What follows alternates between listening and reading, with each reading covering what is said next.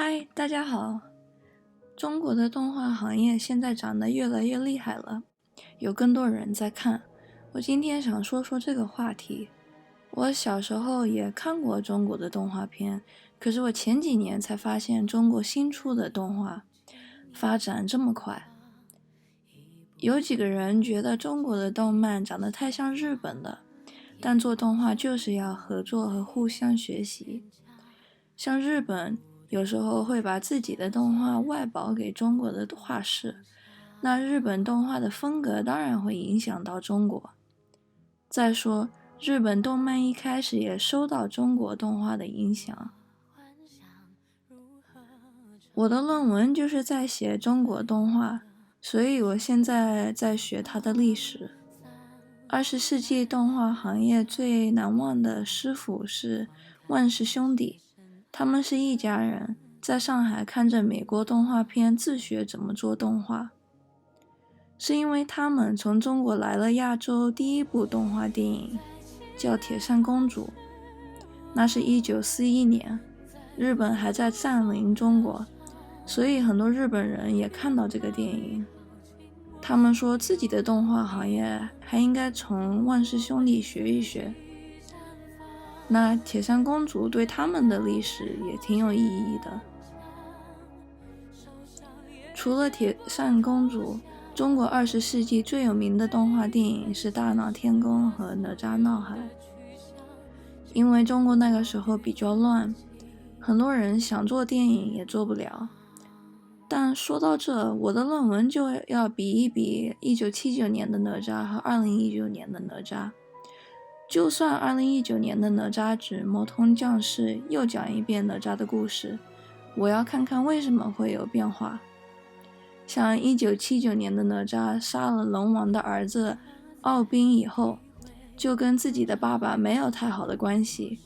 可是2019年的哪吒不但明白他爸爸很爱他，而且还跟敖丙做朋友。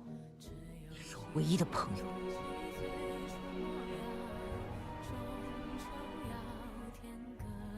现在中国动画给妖怪的故事更有意思，因为他们可以是好也可以是坏，好坏没有分得那么清楚。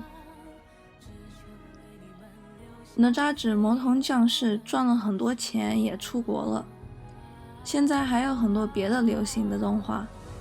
姜子牙是2020年10月刚刚出来的，是跟2019年的哪吒有关。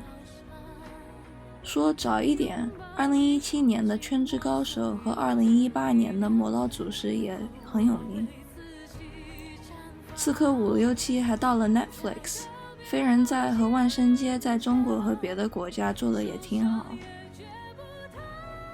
洛小黑战记从2011年慢慢发展起来，到了2019年还出了自己的电影，在日本很受欢迎。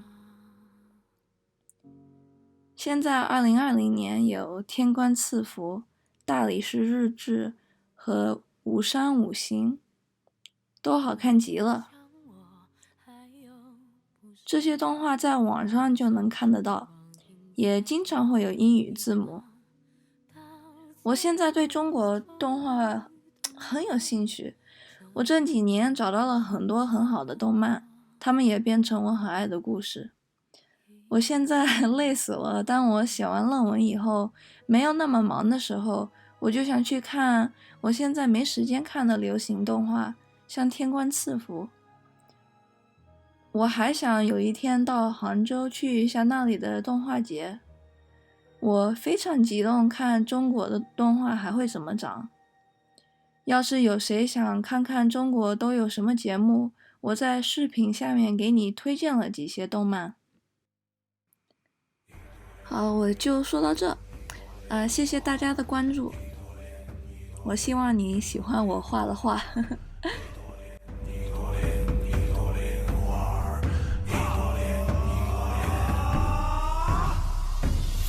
跟着我飞，有2道火光，天上海里的神仙能奈我何方？从不拘泥任何世俗凡人的目光，我要奔向前方那光芒。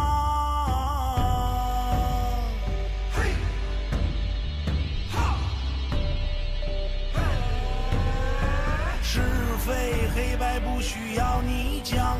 我要燃烧所有生命赐予的力量，化作莲花。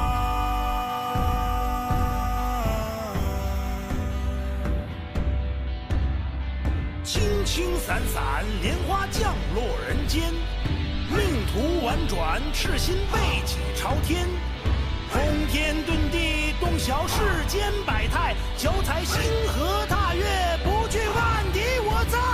那就让我再沉沦这一世，不理解早已经不止一次。那就让我孤注最后一掷，不想昏暗之中度过每日。那就让我再沉沦这一世，不理解早已经不止一次。那就让我孤注最后一掷，不想昏暗之中度过每日。我黑暗之中睁开了眼，混沌之中彻夜难眠。自由对我来说太遥远，也许是人骂我太危险。破碎的心到底谁能够？